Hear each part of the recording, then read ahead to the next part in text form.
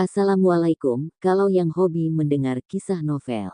Pernikahan dadakan dengan CEO. Jangan lupa dibantu subscribe, like, dan komen lalu di-share. Dan terima kasih atas dukungannya. Mari kita lanjutkan cerita sebelumnya. Bab 771.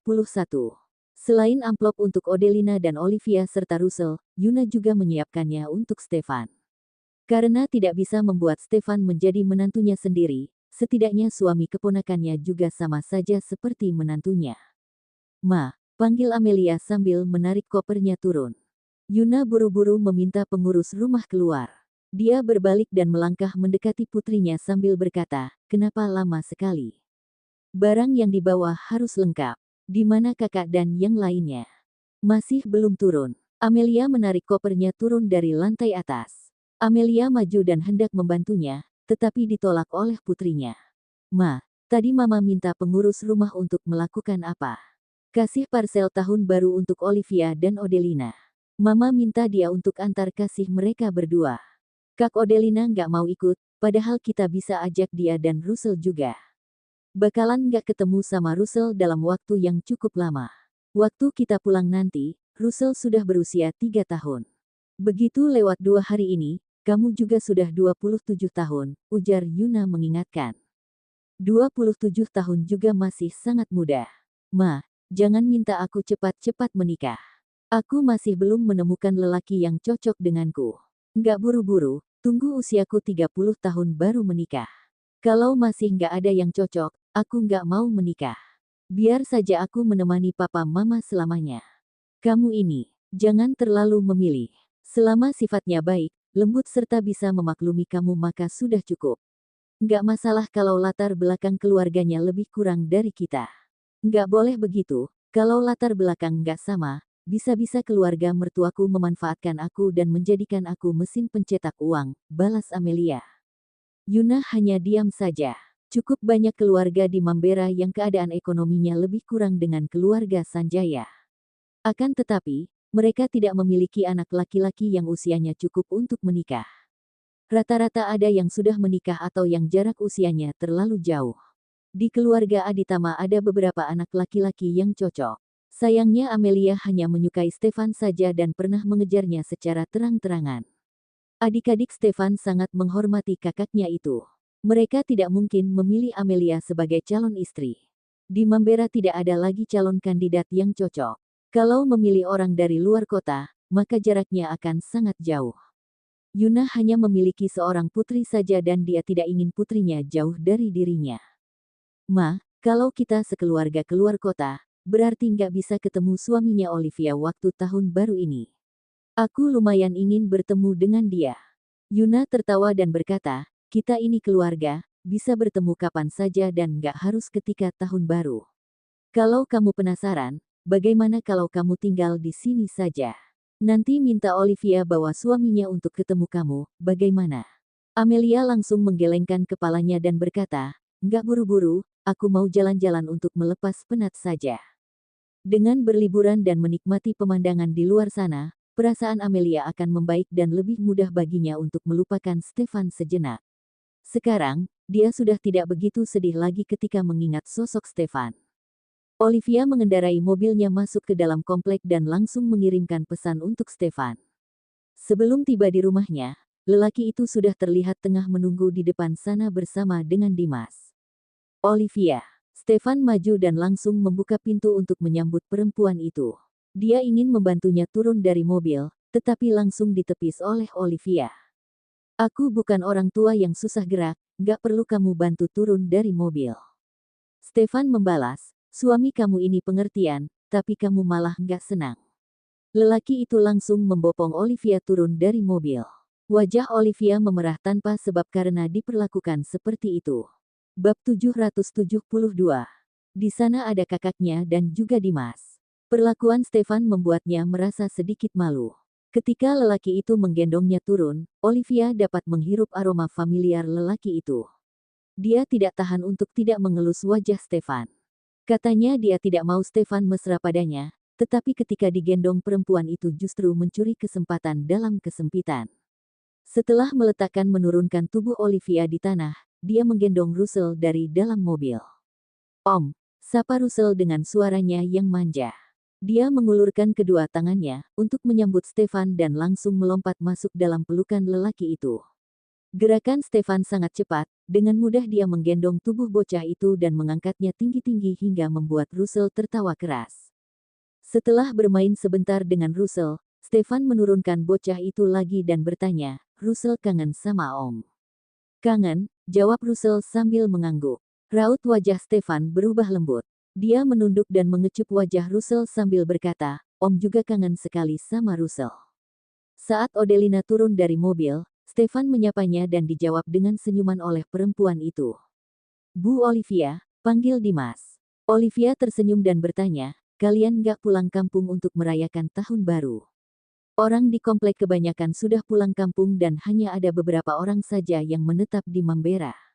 Dimas memaksakan senyum dan berkata, "Kalau pulang kampung akan menghabiskan banyak uang. Tabungan dalam 1 tahun saja nggak seberapa. Setelah tahun baru nanti langsung habis nggak tersisa, tahun ini saya nggak berencana pulang. Kirim uang tahun baru saja ke orang tua dan sisanya saya bisa tabung." "Benar juga, tapi kamu bisa bawa orang tua kamu ke sini," ujar Olivia. "Mereka nggak suka ke sini, katanya tempat ini asing.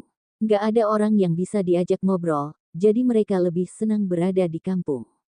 Olivia mengangguk mengerti. "Bu Olivia, Pak Stefan minta saya bantu untuk memindahkan barang-barang ke mobilnya. Katanya Bu Olivia dan Pak Stefan akan pulang kampung besok." Olivia menatap suaminya dan tidak terlihat keberatan dengan apa yang sudah diatur oleh lelaki itu. Dimas bergegas memindahkan barang-barang yang ada di mobil Olivia dan diletakkan ke dalam mobil milik Stefan. Ada beberapa barang yang memang milik Odelina dan Russell dibiarkan dalam mobil Olivia saja. Setelah selesai, Stefan mengeluarkan dompet dari dalam sakunya dan di hadapan Olivia dia mengeluarkan beberapa lembar uang 100.000 untuk diberikan pada Dimas sambil berkata, "Ini uang jasanya." Dimas menerimanya sambil tersenyum dan mengucapkan terima kasih. Dia mengeluarkan dompet dan memasukkan uang pemberian Stefan ke dalam dompetnya kemudian berkata, "Pak, Bu, kalau ada yang bisa dibantu lagi langsung kontak saya saja. Saya bisa melakukan apapun, yang penting menghasilkan uang." "Siap," ujar Olivia sambil tersenyum lebar. Dimas langsung melirik majikannya sambil berkata, "Kalau begitu saya pamit undur diri. Mau keliling-keliling di sekitar sini untuk cari orderan lagi." Bab 773. Baru beberapa menit Dimas pergi, dia mendapatkan telepon dari majikannya lagi. "Dimas, tolong bantu pindahin barang lagi. Kali ini mau dibawa ke lantai 8. Barangnya lumayan banyak, biaya jasanya." "Olivia, mau kasih Dimas berapa?" tanya Stefan sambil menjauhkan ponselnya. Olivia melihat parsel pemberian tantenya yang ada banyak sekali. Meski sebagian akan diberikan pada Odelina, tetap saja jumlahnya masih sangat banyak. Kalau Dimas sendiri yang memindahkan, kemungkinan akan butuh waktu cukup lama. "Dimas yang datang dan lihat sendiri saja, biar dia yang buka harga," jawab Olivia. Setelah beberapa kali menggunakan jasa Dimas, Olivia merasa sudah kenal dengan pemuda itu. Jika biaya jasa yang diberikan terlalu sedikit, Olivia merasa tidak enak hati. Akan tetapi jika terlalu banyak, dia merasa rugi. Lebih baik biarkan Dimas sendiri yang memberikan harga. "Oke, Dimas, kamu datang dulu." "Siap," jawab Dimas dengan girang karena dia bisa mendapatkan uang saku lagi dari atasannya. Setengah jam kemudian, "Olivia, aku masih belum makan," ujar Stefan sambil menutup pintu. Setelah Dimas selesai memindahkan semua barang, dia mengantarkan Odelina dan Russell pulang sekalian membawa barang-barang pemberian Yuna. Untuk uang jasanya sudah dibayarkan oleh Stefan di awal. Olivia tengah memisahkan barang-barang pemberian tantenya ketika mendengarkan ucapan Stefan. Dengan otomatis dia berkata, "Aku juga belum makan. Tadi keliling supermarket seharian penuh, untungnya kamu pulang. Kalau enggak, kemungkinan aku akan mati kelelahan karena memindahkan barang-barang itu. Lain kali kalau ada butuh bantuan, kamu bilang sama Dimas saja. Dia bisa dipercaya dan kerjanya rapi selama uang diterima. Aku masak nasi dulu." Awalnya Stefan pikir istrinya akan membuatkan makanan enak karena dia baru pulang dari dinas. Sekarang karena melihat Olivia tengah sibuk memilih barang, mau tidak mau Stefan yang harus memasak. Kamu hanya pakai kemeja tipis saja? Tanya Olivia ketika melihat pakaian Stefan. Aku nggak merasa kedinginan, sahut Stefan, menjelang tahun baru cuaca akan menjadi dingin karena sering hujan. Kamu pakai baju yang lebih tebal dan hangat. Kecuali kalau kamu mau minum obat pahit terus, berarti aku nggak mau mengurus kamu lagi. Aku juga nggak akan keberatan kalau kamu nggak mau pakai baju sekalian. Stefan hanya diam saja mendengarkan ucapan Olivia. Aku ada beliin baju baru buat kamu. Sudah dicuci bersih dan diletakkan di dalam lemari kamu.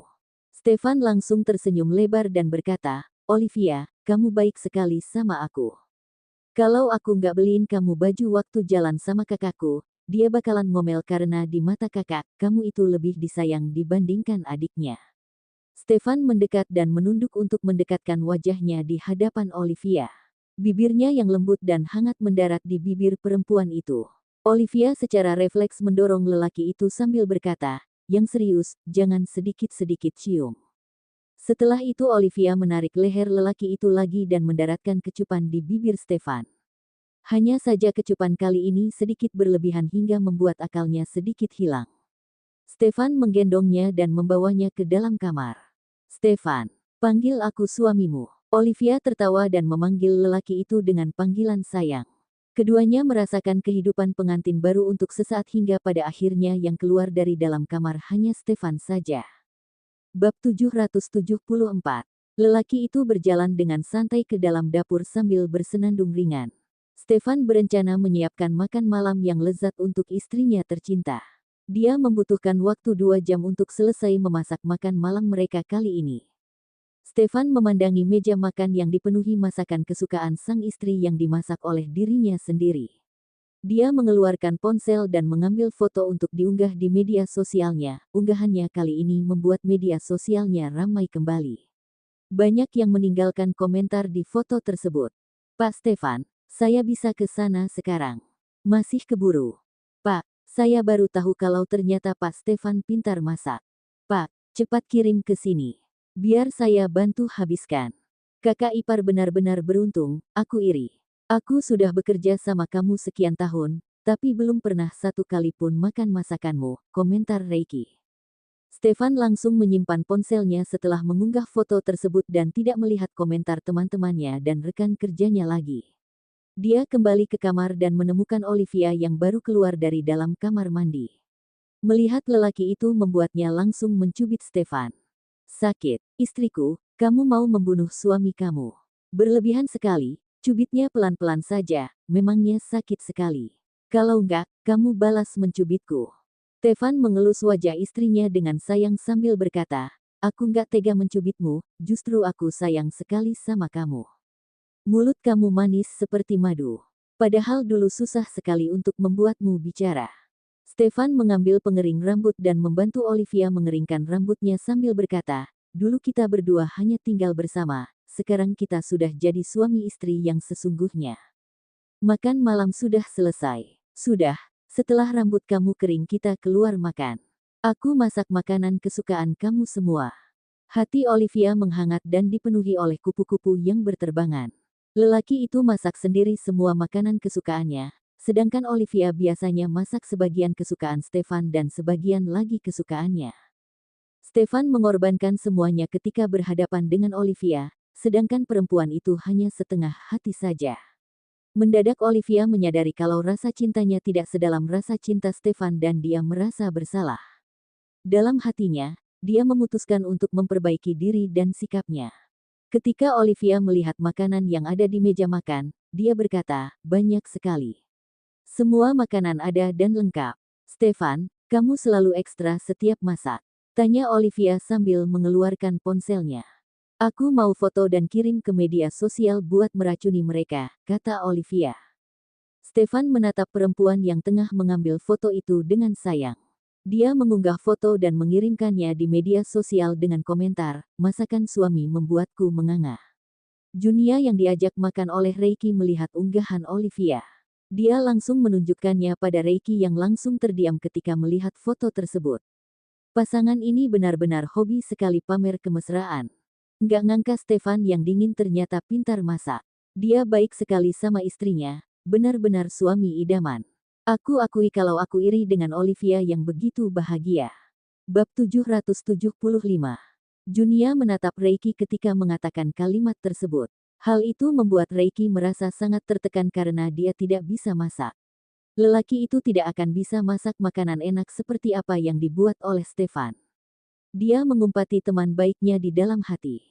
Kamu juga akan sangat bahagia nantinya, ujar Reiki. Dia mengakui kalau dirinya tidak bisa masak, tetapi dia akan bersikap baik dengan istrinya. Kalau nanti Reiki dan Junia bisa berlanjut, mereka akan menjadi pasangan yang sangat romantis. Pak Reiki nggak bisa masak. Dengan jujur Reiki berkata, aku pernah masak tapi masakanku nggak enak. Bisa dimakan kalau dipaksakan. Junia, suami pilihan kamu harus lelaki yang bisa masak. Lelaki itu memutuskan untuk tidak memanggil Junia dengan sapaan, ibu, lagi karena terlalu asing. Koki di rumahku masakannya sangat enak, tambah Reiki lagi. Junia menyendokkan makanan dan berkata, aku nggak minta pasanganku harus bisa masak. Aku hanya merasa sesuatu yang bisa dikerjakan oleh keduanya. Setelah menikah nanti mereka bisa bergantian masak. Jadi aku nggak perlu begitu lelah. Aku hanya meminta suami dan istri seimbang, jadi nggak perlu menjadikan suami seperti raja yang harus dilayani terus. Kalau memang suamiku ada kebiasaan dilayani terus, aku rela hidup sendiri dan nggak mau menikah. Rumahku ada koki, nggak perlu kamu yang masak. Pak, aku nggak bilang mau menikah denganmu. Apa hubungannya rumahmu ada koki dengan aku? Reiki membuka mulutnya tanpa tahu harus berkata apa. Setelah diam sejenak dia kembali berkata, Junia, kamu tunggu aku di sini sebentar. Aku keluar sebentar saja. Junia hanya mengangguk. Reiki keluar untuk membeli bunga. Untungnya di sekitar sana ada sebuah toko bunga. Beberapa saat kemudian, lelaki itu kembali dengan membawa satu ikat bunga mawar. Dia melangkah lurus ke hadapan Junia dan memberikan bunga itu pada perempuan tersebut. Mata hitam gelapnya menatap Junia dalam dan serius sambil berkata, Junia, setelah kita sering bersama, aku semakin menyukaimu. Aku merasa kalau selama ini aku menunggu kehadiran kamu. Junia, kamu mau jadi kekasihku. Junia menerima bunga tersebut dan meletakkan di atas meja sambil berkata, makan dulu. Kalau kamu nggak jawab, aku nggak selera makan. Kalau gitu aku bisa makan lebih banyak. Perempuan itu terkekeh melihat ekspresi Reiki sambil berkata, Pak Reiki, saya memang nggak sebal dengan sikap Pak Reiki, tapi kalau sekarang saya langsung menjadi kekasih Pak Reiki, saya merasa ada yang kurang. Mungkin di antara kita masih kurang saling mengerti. Saya harap Pak Reiki bisa kasih saya sedikit waktu untuk lebih dalam mengenal Pak Reiki sebelum memastikan hubungan ini. Setelah dijodohkan beberapa kali, hanya Reiki yang membuat Junia sedikit berkesan. Junia juga tidak akan menghindar, tetapi dia tidak bisa jika memintanya untuk menerima Reiki sekarang juga. Entah mengapa Junia kerap merasakan di antara mereka berdua ada sesuatu yang tidak adil. Bab 776. Reiki bisa mencari tahu semua tentang keluarganya dengan jelas sedangkan Junia tidak mengetahui apapun. Dia hanya tahu ayah lelaki itu ada 5 saudara. Junia pikir kakek dan nenek lelaki itu hanya melahirkan 5 anak saja. Namun suatu hari Reiki mengatakan kalau ayahnya Junia ada 9 saudara. Akan tetapi yang dewasa hanya 5 orang saja, 4 lainnya meninggal ketika masih bayi. Saat itu juga Junia langsung melongo. Saat pulang ke rumah, dia menanyakan pada ayahnya tetapi ayahnya tidak mengetahui hal itu.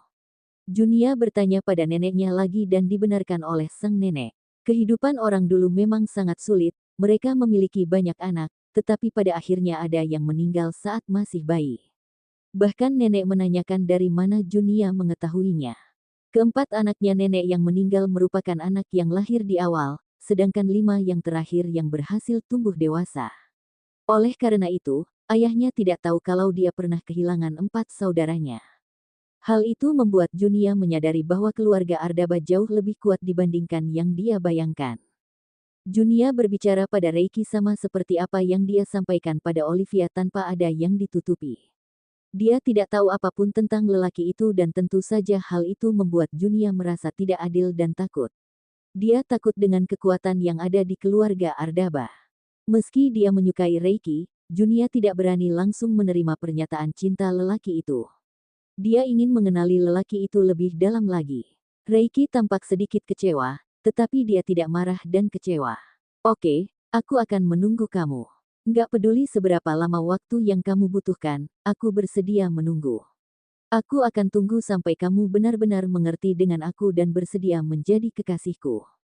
Aku juga akan menunggu hingga kamu bersedia menikah denganku.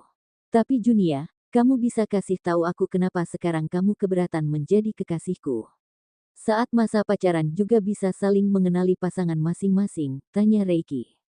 Setelah Junia diam sesaat, dia berkata, Pak Reiki, saya takut dengan kemampuan keluarga Pak Reiki yang begitu luar biasa. Selama ini keluarga kalian sangat tertutup dan misterius, nggak ada orang yang memang benar-benar mengerti dengan keluarga Pak Reiki. Sedangkan apapun yang ingin kalian ketahui, akan dengan mudahnya mendapatkan informasi tersebut. Sebelum kita dijodohkan, Pak Reiki juga sudah mencari tahu tentang saya dan keluarga saya dengan lengkap sebelum kita bertemu, kan? Saya merasa nggak ada rahasia apapun lagi di hadapan Pak Reiki. Saya juga berharap kalau Pak Reiki bisa berhenti menggunakan kemampuan keluarga Bapak untuk memantau saya. Saya ingin kita berhubungan seperti orang pada umumnya. Biarkan saya merasa sedikit bebas dan ada sedikit rahasia. Di hadapan saya, Pak Reiki adalah Reiki, bukan Reiki dari keluarga Ardaba. Apakah bisa? Reiki yang merupakan keponakan dari kepala keluarga Ardaba saja sudah begitu hebat, berarti Tuan Muda Ardaba yang sesungguhnya jauh lebih hebat lagi. Bagi Junia, siapa orang yang membuat Tuan Muda Ardaba jatuh hati, maka merupakan sebuah hal yang cukup sial. Tidak ada orang yang suka semua seluk-beluknya dicari tahu sedangkan dirinya sendiri tidak tahu apapun. Reiki terdiam mendengar permintaan Junia. Dia hanya ingin mengetahui siapa sosok Junia yang sebenarnya sehingga dia mencari tahu tentang perempuan itu dengan kemampuan keluarganya. Semua hal tentang Junia dan keluarganya sudah diketahui dengan jelas oleh Reiki. Terkadang dia mencoba menutupinya di hadapan Junia. Akan tetapi, karena Reiki gemar berbincang, tanpa sengaja dia berbincang, tanpa sengaja dia keceplosan dan mengatakan apa yang seharusnya tidak boleh dia katakan. Mungkin karena hal itu yang membuat Junia sedikit keberatan. Ternyata terlalu banyak mengetahui tentang Junia membuat perempuan itu sedikit tidak bersedia menjadi kekasihnya. Cerita bersambung.